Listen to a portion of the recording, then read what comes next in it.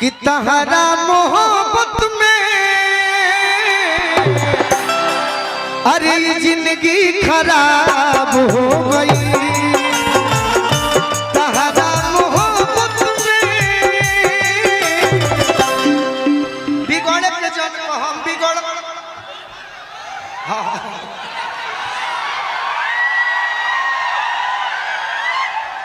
हम बिगड़ल नहीं थे।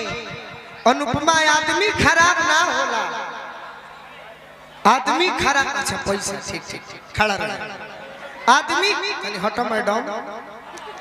अनुपमा आदमी खराब ना होला, समय खराब बना देला। समय के तगाजा ही ऐसा हो कि समय ही अंगूरों के रस के शराब बना देला। हम बिगड़ल नहीं थे, कुछ मजबूरी बा। केहू के दिल में इंतजार करत तनी एक दू बरिस से कि तहरा मोहब्बत में, तहरा मोहब्बत में ये जिंदगी खराब हो गई। जान करू कैसे? पूछ कैसे? कैसे? दिल जब से तोड़लू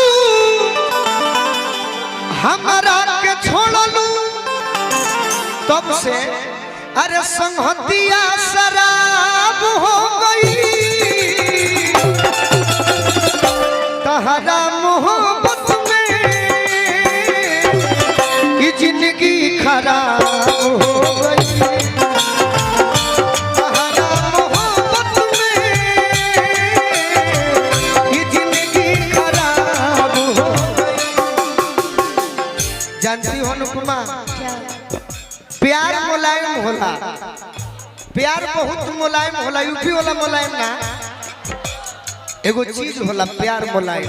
अच्छा उनके भगवान आत्मा को शांति दे, बड़ी अच्छे नेता थे, आपके परिवार के थे। प्यार मुलायम होला, प्यार अखरा ना होला। अब प्यार के जोखे खाती कोनो किलो और बठकरा ना होला। तहरा ना केहू के याद में जब जब खोइले तन्हा तड़प के रोइले। अतना तार भी पैसा हो गया हमारे के दान कर जाए तो ठीक है, गरीब के देवे के चाहिए। याद में जब जब खोइले तन्हा तड़प के रोइले। बड़ी मंच पर सजावट निमन बा। अब है के भाई लोग के लौके के चाहिए। याद में जब जब खोइले तन्हा तड़प के रोइले। अनुपमा जी पढ़ेला बेकरारी तो दारू पी के सोइले। पढ़ेला बेकरारी तो दारू पी के सोइले। मैं जानता हूँ कि आपकी नहीं, हर किसी की भी मजबूरी है, लेकिन फिर भी जब जब हम आंख को बंद करते हैं तब तब आपका ही सूरज दिखता है।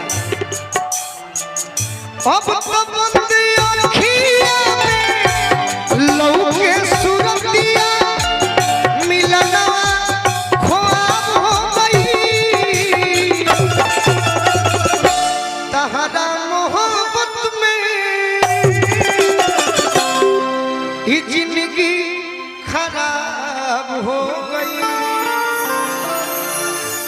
अनुपमा हम जो बिगड़ल लईखी, तू खाली गलत सोचत है कि दर्द लेके प्यार में अरे ना टूटी। दर्द लेके प्यार में जीला हम बिगड़ल लईखी। सौखे न दारू अरे पीला दर्द लेके प्यार में जीला। दर्द लेके प्यार में शराबी बने के कौनो चाहतो न बाटे।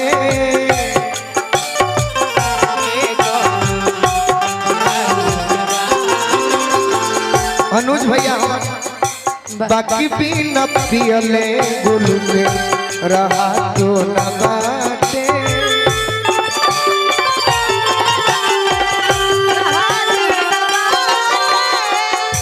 गम भूल के दवाई, गम भूल के दवाई लीला। केहू माने चाहे मत माने, हम बहुत केहू के इंतजार कइले बानी। हम केहू के बहुत इंतजार कइले बानी, जानते हैं। अब बहाना ना मिलल, समय ना मिलल, ऐसा जगह बा, ऐसा माहौल बा, किया तो वो मजबूर होई ना तो हम मजबूर बानी। गम भूल के दवाई लीला, दर्द लेके प्यार में जीला। दर्द लेके प्यार में जीला। अनुपमा जहिया से गइल बारू नीलियो न आवेला।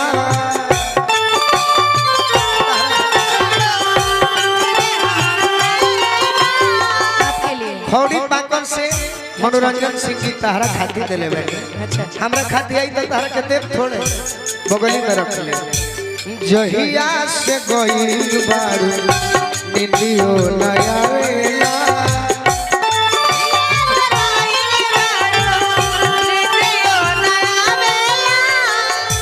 बढ़ेला बेचैनी तोहर याद नो सतावेला।